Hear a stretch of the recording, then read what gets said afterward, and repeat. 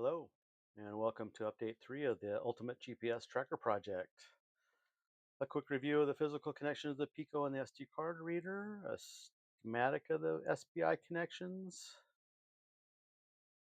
the back side of the HW125 with the Dupont connectors, the front side of the HW125, and again the dimensions. And now we're going to show the main.py code. I've left a lot of older code commented out. It helps remind me where we were. And pretty soon we'll get to the parse GPS function. That does a lot of the work, and the majority of it is still Paul's code. He did a lot.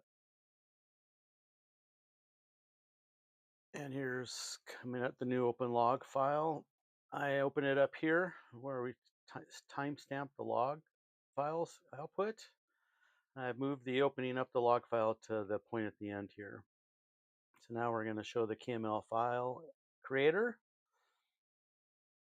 Since we have many log files on the SD card, we now look for them and use the timestamp data to create the new log file and KML output files. There's a lot of commented code here as well, different ways of doing the same thing as I was playing with different commands.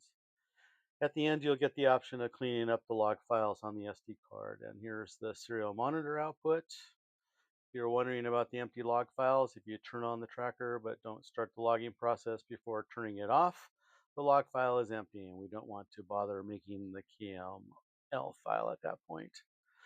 I hope you found this video useful. Have a great day and thanks for watching.